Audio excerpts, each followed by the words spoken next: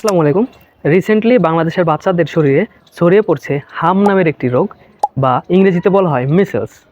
এটি মূলত মিসেলস ভাইরাসের আক্রমণে বাচ্চাদের শরীরে হয়ে থাকে। এই মিসেলস ভাইরাসটি মূলত আমাদের রেসপাইরেটরি যে ড্রপলেটস অর্থাৎ হাঁচি বা কাশি, এই হাঁচি কাশির মাধ্যমে ছড়িয়ে পড়ে এবং এটা আমাদের শরীরে মানে বাচ্চাদের শরীরে ভয়ানক রূপ ধারণ করতে পারে। এটাকে হালকা করে দেখার মতো কিছুই না।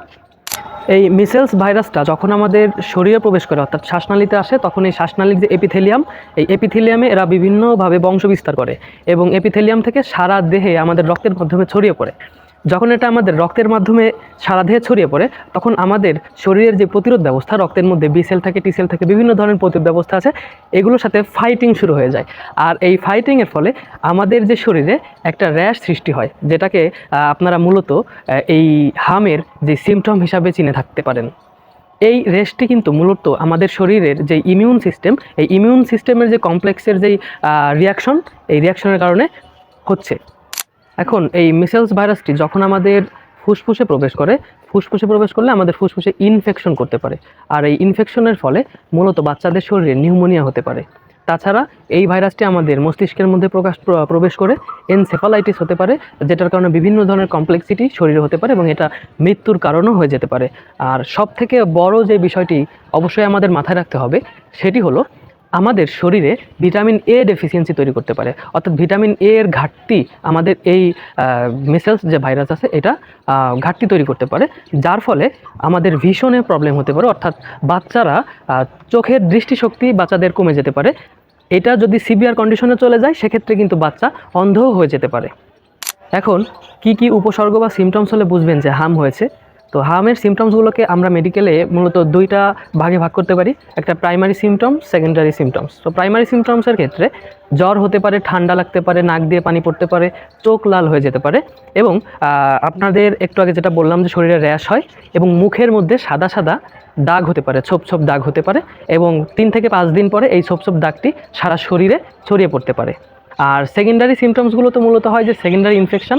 সেই সেকেন্ডারি ইনফেকশনের ক্ষেত্রে যখন এই হামটা সিভিয়ার কন্ডিশনে চলে যায়, তখন বাচ্চাদের শরীরে নিউমোনিয়া হতে পারে, ডায়রিয়া হতে পারে, কানের ইনফেকশন হতে পারে, এনসেফালাইটিস হতে পারে, মানে মস্তিষ্কের যে সংক্রমণ সেটা হতে পারে। এখন এই হামের কোনো অ্যান্টিভাইরাল ড্রাগ এখন পর্যন্ত আবিষ্কৃত হয়নি, তবে এর সিমটমসগুলোকে কমানোর জন্য আমরা বিভিন্ন ধরনের ওষুধ দিয়ে থাকি। সবথেকে বেশি যেটা ডাক্তাররা দেন সেটা হলো জ্বর কমানোর জন্য প্যারাসিটামল, একদম নর্মাল নাপা যেটা, আর ওর saline, ORS, oral rehydration saline, যেটাকে আপনি ওর স্যালাইন হিসাবে চিনেন, এটা বাচ্চাদের খাওয়াতে হবে, আর ভিটামিন এ যুক্ত যে খাবার।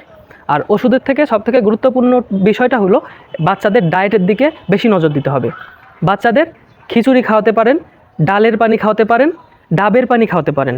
ফলের দিক থেকে ভিটামিন এ যুক্ত ফল, গাজর খাওয়াতে পারেন, মিষ্টি কুমড়া খাওয়াতে পারেন এবং ভিটামিন সি যুক্ত যেই খাবারগুলো আছে যেমন কমলা লেবু খাওয়াতে পারেন, লেবু খাওয়াতে পারেন এবং এগুলোর সাথে সাথে প্রচুর পরিমাণে পানি খাওয়াবেন, যাতে এই যে টক্সিসিটিগুলো আছে এই টক্সিসিটিগুলো মিনিমাইজ হয়।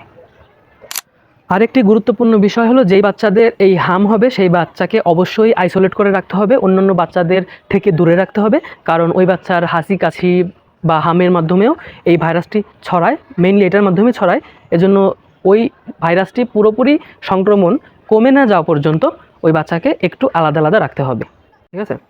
তবে এই হামটি প্রতিরোধের জন্য আপনি ভ্যাকসিন নিতে পারেন, যেটা MMR ভ্যাকসিন নামে পরিচিত। মিসেলস, মাম্পস এবং রুবেলা, এই 3টি যে ভাইরাল ইনফেকশন ডিজিজ আছে, এই ডিজিজগুলোর বিরুদ্ধে প্রতিরোধ সৃষ্টি করে শরীরে।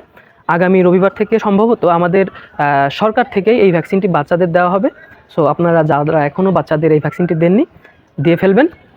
এই আর কি টোটাল হাম নিয়ে বিষয়টি। যদি কারোর এই ব্যাপারে কোনো প্রশ্ন থাকে অবশ্যই কমেন্টে জানাতে পারেন। ভালো থাকুন, সুস্থ থাকুন। আসসালামু আলাইকুম।